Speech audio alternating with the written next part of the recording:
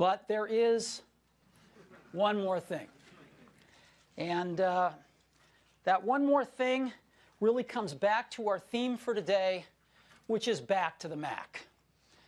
You know, we talked about this virtuous circle with Mac OS X helping to create iOS for our devices, that maturing, being on the iPod as well, and now being inspired by that, bringing some of that back to Mac OS X. But just like that philosophy has some benefit in our software, it can also have some benefit in our hardware.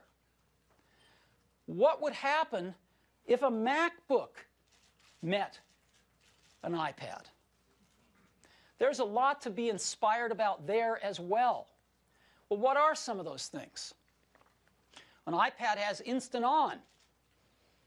Right? That's pretty rare for a notebook. Great battery life.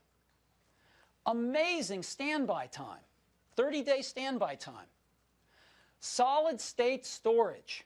So there's no optical or hard drives. And it's thinner and lighter, which means it's even more mobile. These are some great things for notebooks. And so we asked ourselves, what would happen if a MacBook and an iPad hooked up? Well,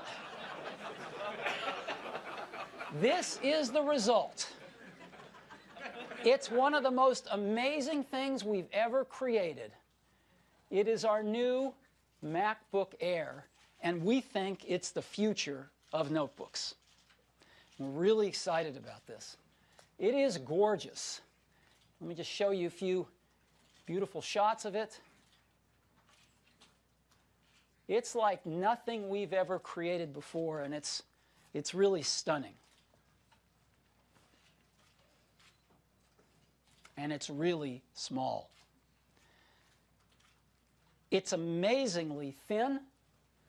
At its thickest point, it is 0.68 inches thin. At its thickest point. And it tapers down to just 0.11 inches at its thinnest point. That's 1/10 of an inch. And it weighs just 2.9 pounds. Now, it's hard enough to build something thin. But we also want our products to be rigid and durable. And so the new MacBook Air is complete unibody construction. Complete aluminum unibody construction. It's pretty amazing. It's got a full-size keyboard and a full-size glass trackpad. These are areas where you do not want to sacrifice. So let me tell you a bit about it. The first thing is it's got a 13.3-inch LED backlit display. And it's a high-res display, 1440 by 900 pixels. This is more pixels than are on our 15-inch notebook today. More pixels than on the 15-inch MacBook Pro. It's got a Core 2 Duo processor, which is a fast processor for this class of machine, and great graphics, great NVIDIA GeForce graphics. Full-size keyboard, full-size multi-touch trackpad, and a FaceTime camera. Now, just as interesting as what it's got is what it doesn't have. There is no optical drive, and there is no hard drive. We have gone to flash storage, complete solid-state storage. Now, why do we do this? Because we know the benefits from the iPad. Instant On. It's up to 2 times faster than hard drives. That's a lot. It's much more reliable, especially in a mobile environment. And it's 90% smaller and lighter. Again, very important in a mobile environment. It also gives you completely silent operation.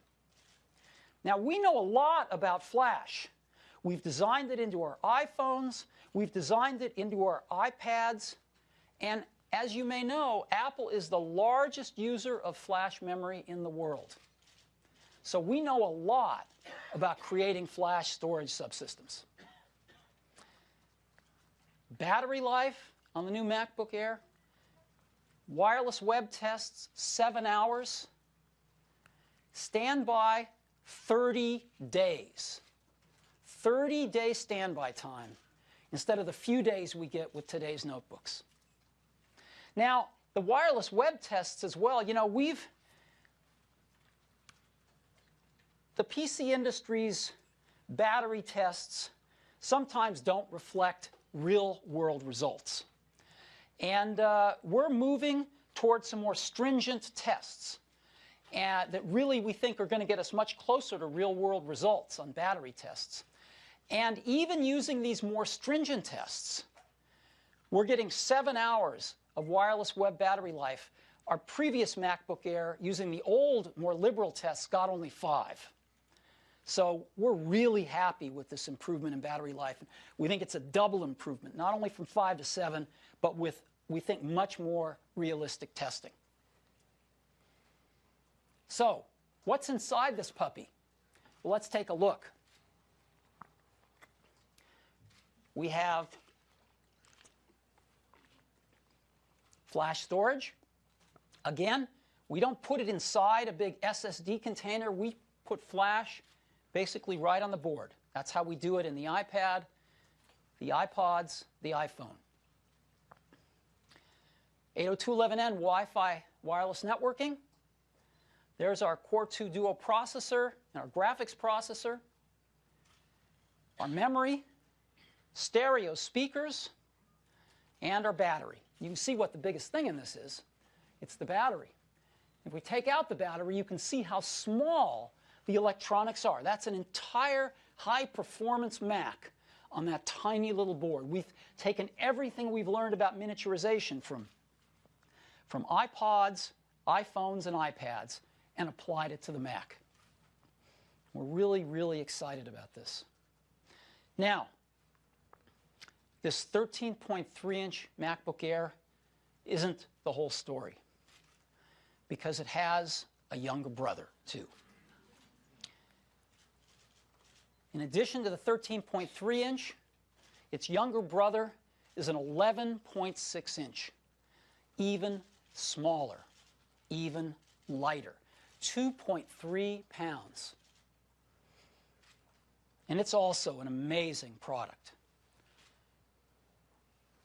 It's got all the things that the 13-inch has: processor, NVIDIA graphics, full-size keyboard, even on this smaller unit, multi-touch trackpad, FaceTime camera, and, of course, it has an 11.6-inch LED backlit display and also high resolution. This is more dots than our 13-inch MacBook Pro has today.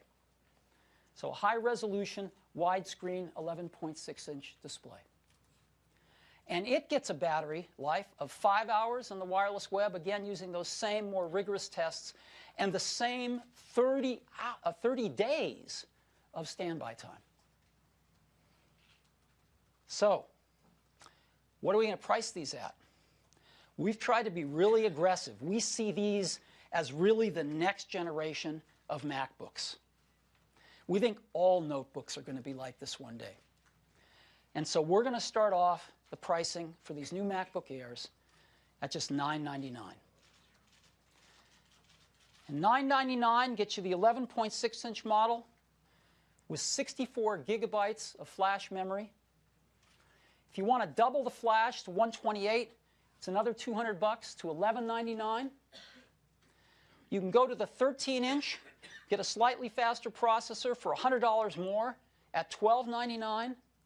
And if you want to double the storage again to 256 gigabytes, $1599. And all these models include 2 gigabytes of memory and, of course, the NVIDIA GeForce graphics. So from $999 to $1599, the new MacBook Airs. We think these are very, very strong products. And, of course, they meet our environmental checklist. They are Energy Star 5.0, mercury-free, arsenic-free glass, BFR-free, PVC-free, and highly recyclable with their aluminum and glass. And they also meet EPEAT Gold standards. So these are great from an environmental and toxics point of view. So we're really excited about these new MacBook Airs. And I'm really pleased to say that both of them are available